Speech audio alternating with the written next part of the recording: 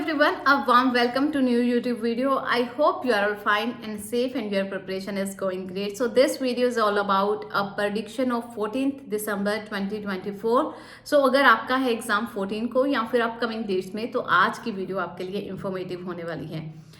जिस तरह से आपने पिछली वीडियोस को प्यार दिया है, उनमें अपने वैल्यूएबल फीडबैक हमारे साथ शेयर किए, सेम उम्मीद करती हूँ कि आज की वीडियो के बाद भी जो है आप अपने वैल्यूएबल फीडबैक या जो आपका किस तरह का कंटेंट चाहिए वो आप हमारे साथ जरूर शेयर करेंगे। चलिए बिना किसी डिले के आज की वीडियो को करते हैं start. Before starting this video I just request कि अगर आप फर्स्ट टाइम विजिट कर रहे हो या फिर आपने अभी तक चैनल को सब्सक्राइब नहीं किया, देन प्लीज चैनल को सब्सक्राइब कर ले, साथ ही बेल आइकन को प्रेस कर लो ताकि आने वाली वीडियोस के नोटिफिकेशन आपसे मिस ना हो। सबसे पहले अगर मैं बात करूं लिसनिंग की, चाहे वो एकेडमिक कैंडिडेट हैं, चाहे वो जीटी के कैंडिडेट्स हैं, चाहे आप यूके वीआई आइल्स का एग्जाम देने वाले हैं, आपका लिसनिंग का पैटर्न बिल्कुल सेम रहने वाला है। सबसे पहले बात करते हैं सेक्शन 1 की। सेक्शन 1 में आपको कन्वर्सेशन बिटवीन टू पर्सन्स मिलेगी, जिसमें आपके पास नॉर्मल टॉपिक होगा सोशल इंफॉर्मेशन से रिलेटेड, यानी कि आपको किसी रेस्टोरेंट में क्वेरी है या कुछ वर्क से रिलेटेड क्वेरी है या कोई इंफॉर्मेशन आपको किसी के साथ शेयर करनी है। इस तरह के क्वेश्चन आपको देखने को मिलेंगे जो कि फिलअप्स होंगे। 1 वर्ड एंड और अ नंबर आने के हाई चांसेस हैं। 2 पार्ट्स में आपका सेक्शन 1 जो है वो डिवाइड होगा, यानी कि एक सेट में आपके पास 5 to 6 क्वेश्चन आएंगे, देन रेस्ट ऑफ क्वेश्चन आपके पास नेक्स्ट सेट में आएंगे। तो आपके पास इनफ टाइम होगा कि आप इजीली क्वेश्चंस को रीड आउट कर सको, राइट कीवर्ड्स को पिक कर सको। 10 out of 10 लेना सेक्शन 1 में बहुत ईजी है, क्योंकि स्पीड नॉर्मल रहने वाली है, बहुत स्मूथ होगा लिसनिंग का पार्ट आपके लिए। Section 1 question type 1 word and और अ नंबर आने के हाई चांसेस हैं। देन सेक्शन 2 की तरफ मूव ऑन करते हैं। लास्ट एग्जाम देखा जाए अगर पैटर्न का, दिसंबर 7 को जो एग्जाम आया उसमें भी आपको मैप देखने को मिला। देन उससे पहले की अगर बात की जाए, नवंबर के लास्ट 2 एग्जाम थे जो, उनमें भी आपको मैप देखने को मिला। तो मैप के कहीं ना कहीं चांसेस आपके पास 50 to 60% रहेंगे कि आपके पास मैप देखने को मिले, क्योंकि बैक टू बैक जो है मैप देखने को मिल रहा है। घबराने की बात नहीं है। अगर आपको कंफ्यूजन कोई क्रिएट होती है कि कौन सी साउथ डायरेक्शन है, कौन सी नॉर्थ है, तो आप एक काम कीजिए करो कि जो आपकी बुकलेट है, जो आपको क्वेश्चन बुकलेट मिलती है, उसमें आप इस तरह से जो है वो क्रॉस लगा लेना। उसके बाद चारों डायरेक्शंस जो हैं वो आपको पेंसिल से रिटन लिख लेनी है। नॉर्थ, वेस्ट, साउथ, ईस्ट, इस तरह से आपको ईस्ट, वेस्ट, नॉर्थ, साउथ, इस तरह से आपको डायरेक्शंस लिख लेनी है। उसके बाद जो आपकी नॉर्थ एंड वेस्ट के बीच में जो पार्ट बचेगा, वहाँ पर आपको नॉर्थ वेस्ट लिख देना है, साउथ वेस्ट लिख देना है। जिस तरह से अब आपका पेंसिल का पॉइंटर है वो कहाँ पर होगा, जहाँ पर बुकलेट में लिखा होता है यू आर हेयर या फिर वी आर हेयर, वहाँ पर आपको अपना पॉइंटर रखना है। जैसे जैसे ऑडियो में आप सुनोगे, सेम उसी तरह से आपको अपनी पेंसिल का पॉइंटर जो है वो मूव करना है उसी डायरेक्शन में, लेफ्ट और राइट, जो भी आपको ऑडियो में सुनेगा। इससे आपके क्वेश्चन जो है गलत होने के चांसेस 0% हो जाते हैं, अगर आप सही से अपने पॉइंटर को मूव करते हो, सही से ऑडियो को सुनते हो तो। अगर आपको फिर भी कोई डाउट है तो आप हमारी लिसनिंग की जो वीडियोस अपलोड है, किस तरह से क्वेश्चंस को सॉल्व किया जाता है, वो देख सकते हैं। एक क्वेश्चन टाइप मैप आने के चांसेस हैं 50 to 60%। Then question type section 2 में आपके पास मैच द इंफॉर्मेशन या फिर एमसीक्यू आ सकते हैं। एमसीक्यूज लॉन्ग एमसीक्यूज आने के चांसेस है, जिसमें आपके पास एक से ज़्यादा ऑप्शंस आपको चूज करनी होती हैं। 2 या 3 ऑप्शंस चूज करने के लिए आ सकती हैं, या फिर मैच द इंफॉर्मेशन आ सकती है। सेक्शन 3 की अगर मैं बात करूँ तो सेक्शन 3 आपके पास थोड़ा सा मॉडरेट लेवल का हो सकता है, क्योंकि बहुत सारे स्टूडेंट्स को जो है एमसीक्यूज में दिक्कत आती है लिसनिंग के। लिसनिंग में आपको जो है सेक्शन 3 में MCQ and match the information, ये 2 तरह के क्वेश्चन टाइप आ सकते हैं, बट हाई चांसेस कि आपके पास 70 to 80%, 10 के 10 क्वेश्चन जो है वो एमसीक्यूज के आने वाले हैं। एंड एमसीक्यूज में क्या है कि आपके पास जो ऑप्शंस होंगी और जो क्वेश्चंस होंगे उनकी लेंथ थोड़ी लंबी होगी, अदरवाइज उनको समझना या उनको अंडरस्टैंड करना वो आपको डिफिकल्ट नहीं लगेगा। बट यस, अगर आपकी स्पीड स्लो है तो हो सकता है कि आप वो क्वेश्चंस एंड ऑप्शंस में उलझ के रह जाओ। तो आपके नंबर कट हो जाए। तो उस बात का आपको ध्यान रखना है। किस तरह से MCQs को सॉल्व किया जाता है, इसके ऊपर भी ऑलरेडी वीडियो अपलोड है यूट्यूब चैनल पर, आप चाहो तो उसे चेकआउट कर सकते हो। सेक्शन 4 की बात करते हैं तो सेक्शन 4 में आपको लेक्चर होगा, एक मोनोलॉग होगा, और उसमें जो है आपके पास 10 के 10 क्वेश्चन जो हैं वो एक ही बार में प्ले होंगे, यानी कि एक ही बार ऑडियो प्ले होगी। तो आपको 31 to 40 क्वेश्चन वन सेट में ही कंप्लीट करने होते हैं एंड 1 वर्ड ओनली आने के हाई चांसेस हैं। सो ये तो था लिसनिंग का प्रडिक्शन कि आपको किस तरह से क्वेश्चन टाइप आने के चांसेस हैं। एक चीज़ मैं यहाँ पर वेरी क्लियर कर दूँ कि प्रडिक्शन जो है वो जस्ट गेस वर्क होता है, टोटली प्रडिक्शन पर डिपेंड होकर मत जाइएगा। आपकी प्रिपरेशन भी मैटर करती है, बट येस पास्ट एग्जाम्स को देखकर हम ये प्रेडिक्शन बनाते हैं और मोस्ट ऑफ द टाइम जो है प्रेडिक्शन बिल्कुल करेक्ट जाती है। अब रीडिंग की बात करते हैं सबसे पहले एकेडमिक कैंडिडेट्स की। देन एकेडमिक कैंडिडेट्स की अगर मैं बात करूँ तो रीडिंग के लिए उनके पास पैसेज 1 में true false not given 7 to 8 question या फिर 6 to 7 क्वेश्चन आने के हाई चांसेस हैं। आफ्टर दैट सेंटेंस कंप्लीशन आने के चांसेस हैं, 2 और 3 वर्ड्स वाले क्वेश्चन आ सकते हैं। सो आपको ध्यान क्या रखना है, आपको राइट कीवर्ड पिक करना है और बहुत इजी रहने वाला है आपका पैसेज 1 होपफुली। सो आपको क्या करना है कि आप ये देखो कि आप पैसेज 1 पर जो है आपके जो पहले क्वेश्चन है, पहला सेट है यानी कि पैसेज का, उसमें से आपके क्वेश्चन गलत ना हो। अगर आपका टारगेट 6 या 6.5 है तो उसके लिए आपको क्या करना है, पैसेज 1 आपको कंप्लीट करेक्ट करना होगा। और वो आपका कैसे होगा, क्योंकि इसमें क्वेश्चन टाइप जो है वो सही आते हैं। जो आपको क्वेश्चन पहले दिए हुए हैं, चाहे वो ट्रू फॉल्स है चाहे वो सेंटेंस कंप्लीशन है, उसका जो पहला क्वेश्चन है वो आपके पहले 2 पैराग्राफ्स में ही मिल जाएगा। सो उसके बाद ही सीक्वेंस वाइज आंसर्स होंगे, तो कंफ्यूज नहीं होना। जहां पर आपको फर्स्ट का आंसर मिल गया उसके बाद ही आपको सेकंड, थर्ड, फोर्थ के आंसर मिलेंगे, तो उस तरह से आपको सॉल्व करना है। सेकेंड चीज जो मैं आपने रीडिंग सीरीज में भी आपको बता चुकी हूँ कि आपको राइट कीवर्ड पिक करना है। कोशिश करो कि अगर आप ट्रू फॉल्स नॉट गिवन कर रहे हो तो आप 2 से 3 क्वेश्चन के कीवर्ड्स हाईलाइट कर लो और उनको फाइंड आउट करो। जैसे आपको फर्स्ट का आंसर मिल गया, देन आपको थर्ड का मिल गया, सेकंड का नहीं मिला, तो सेकंड का आंसर वो फर्स्ट एंड थर्ड के बीच में ही कहीं होगा। सो इस तरह से अगर आप फाइंड आउट करोगे तो आपका टाइम भी सेव होगा, आपकी एनर्जी सेव होगी और आपके क्वेश्चन करेक्ट जाएंगे। पैसेज 2 की बात कर लेते हैं। रीडिंग पैसेज 2 की अगर मैं बात करूँ एकेडमिक कैंडिडेट्स के लिए, तो आपके पास क्वेश्चन टाइप आने के high chances, list of heading, match the information, या फिर which paragraph contains this information, यानी कि मैचिंग टाइप भी हो गया ये, एंड MCQs। ये 4 तरह के क्वेश्चन टाइप्स हैं जो जिनमें से 2 टाइप्स जो है आपको देखने को मिल सकती हैं। 2 या 3 टाइप्स आपको देखने को मिल सकती हैं पैसेज 2 में।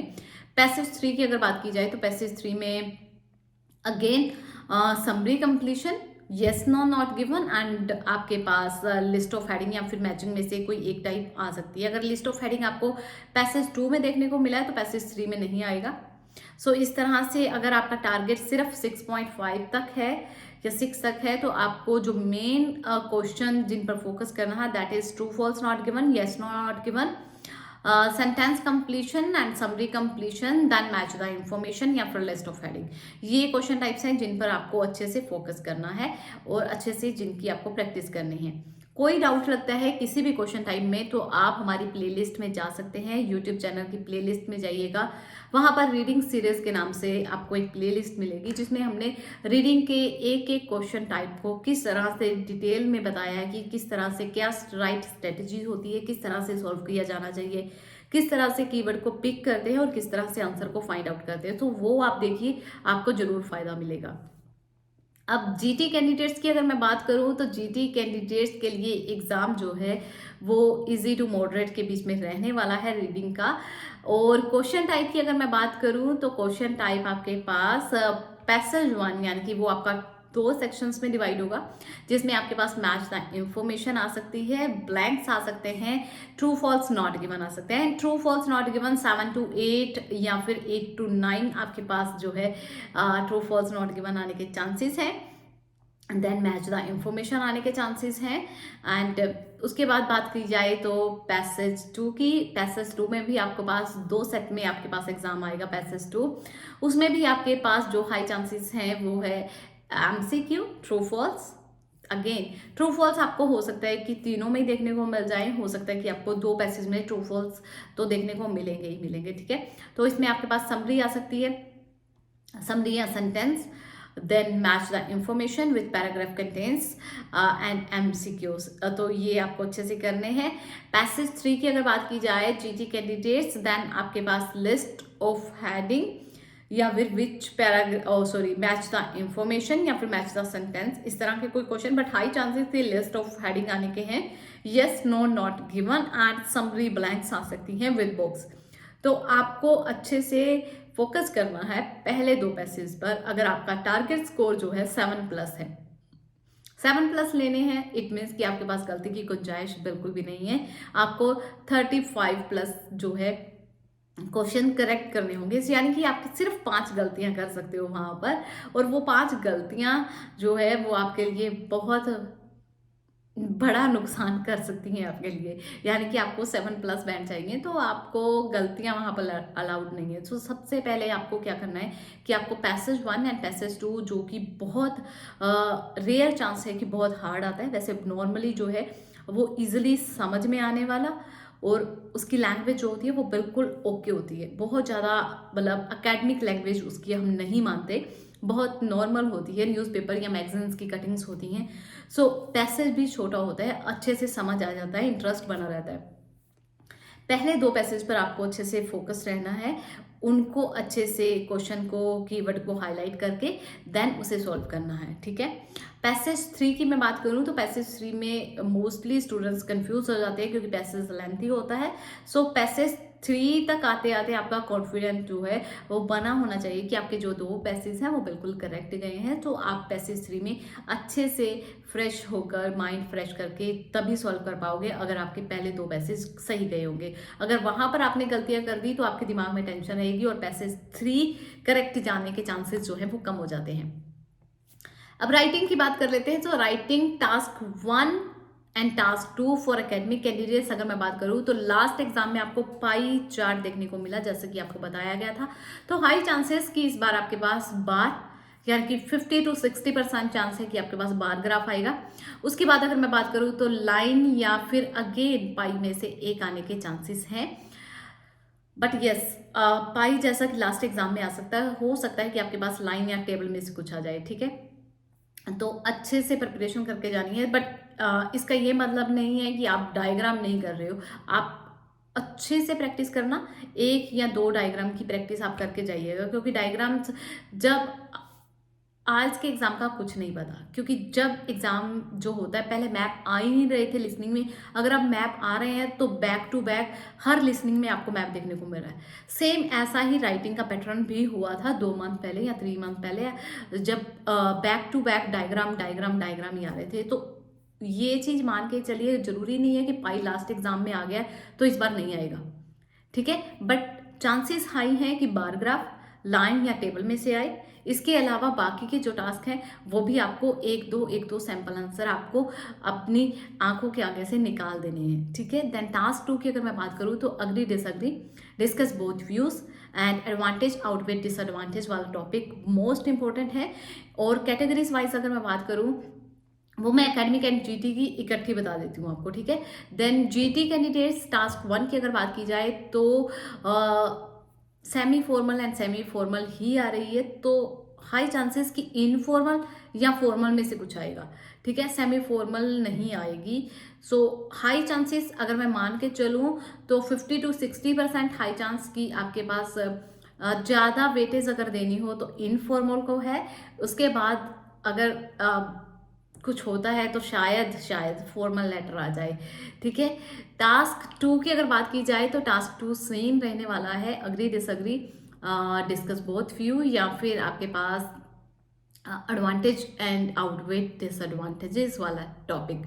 रही बात यूके वीआई आइल्स की, सो यूके वीआई आइल्स की क्वेश्चन टाइप्स जो हैं वो ऑलमोस्ट सेम होती हैं जैसे कि हमारे नॉर्मल एग्जाम में होती हैं आइल्स के, चाहे वो अकेडमिक का हो चाहे वो जीटी का हो। क्वेश्चन टाइप्स आपको इसी तरह से प्रिपेयर करने हैं, बट मैं उसकी आप करेक्ट एंड बिल्कुल अच्छे से प्रेडिक्शन नहीं बता सकती। क्वेश्चन टाइप जो इंपॉर्टेंट आते हैं वो मैंने आपको बता दिए हैं। वो मैं इसलिए नहीं बता सकती क्योंकि मेरे पास उसका रिव्यू नहीं है, यानी कि यूकेवीआई के एग्ज़ाम के क्या रिव्यूज़ हैं, पिछले एग्ज़ाम्स क्या हुए हैं पास में, उसका रिव्यू मेरे पास नहीं है, किसी स्टूडेंट्स ने शेयर नहीं किया। मैं ऐसे ही सर्च करके और आपको कुछ भी बता दूँ, वो मुझे सही नहीं लगा। सो रिव्यू के बेस पे कि क्या लास्ट में एग्ज़ाम आया है, सो उसी से हम गेस वर्क लगा सकते हैं कि आगे क्या आने वाला है। अब पीछे क्या हुआ मुझे नहीं पता, सो मैं आपको सिर्फ इम्पोर्टेंट क्वेश्चन टाइप बता सकती हूँ, बट ऑलमोस्ट पेपर जो है वो यूकेवीआई एकेडमिक जीटी एंड जो एग्ज़ाम है all over world, question type का पैटर्न जो है वो सेम रहता है। अब बहुत से स्टूडेंट्स के मैसेज आते हैं कि मैम क्या ये प्रेडिक्शन जो है ऑल ओवर इंडिया है या फिर ग्लोबली है ये प्रेडिक्शन। सो प्रेडिक्शन जो है गेस वर्क होता है, क्वेश्चन टाइप इसी में से आ रहे हैं अगर आप देखोगे। बट यस, अगर हम बात करें कि इंडिया या बाहर कहीं एग्ज़ाम हो रहा है, कहीं यूके में या फिर बांग्लादेश या फिर अदर कंट्रीज में कहीं एग्जाम हो रहा है या फिर इंडिया में हो रहा है, तो क्वेश्चन स्टेटमेंट जो है वो डिफरेंट हो सकती है, बट पैटर्न क्वेश्चन टाइप्स जो है वो आपको सेम देखने को मिलेंगी। सो ये प्रेडिक्शन जो है ग्लोबली आप मान के चल सकते हैं।